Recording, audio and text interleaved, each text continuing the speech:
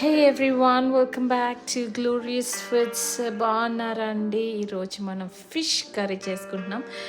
For that I have all the ingredients. చూడండి, ఈ మసాలాలు అన్నీ చక్కగా గ్రైండ్ చేసి మెత్తగా చేసుకుని అల్లం వెల్లుల్లి ఇంకా గరం మసాలాలన్నీ మీరు చూస్తున్నారు కదండి, చక్కగా గ్రైండ్ చేసుకుని ఫిష్ని మ్యారినేట్ చేసుకోవాలండి.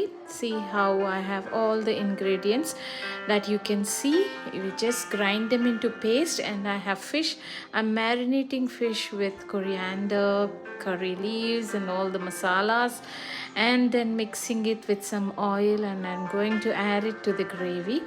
ఈ మసాలాలన్నీ ఇలా చక్కగా కలిపేసుకోవాలండి. చూస్తున్నారు కదా మీరు, ఈ మసాలాలన్నీ యాడ్ చేసుకొని దీన్ని మనం ఏం చేయాలంటే ఆయిల్లో కొంచెం ఉల్లిపొంద అంటారు కదండి, స్ప్రింగ్ ఆనియన్ వేసి లైట్గా వేయించుకోవాలండి, ఎక్కువ వేయించుకోవాలి.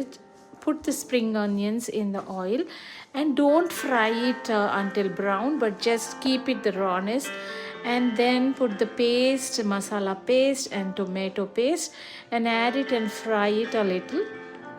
అవన్నీ ఫ్రై చేసుకునండి. దానిలోనే ఈ మ్యారినేట్ చేసుకున్న ఫిష్ని వేసేసానండి. Now I'm adding the marinated fish and then I'm mixing it for a little while. కొంచెం సేపు అలా మగ్గనిచ్చేసి ఆ తర్వాత చింతపండు పులుసు పోసానండి. I've mixed the marinated fish for a little while and then I'm adding some tamarind paste or juice, you can say, and mix it well and leave it until it thickens.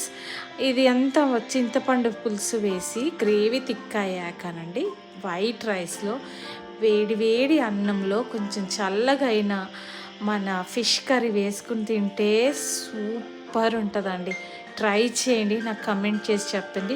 Do try it and let me know with some white rice, add it, and then you just try it and let me know how it is. And don't forget to subscribe, like and share.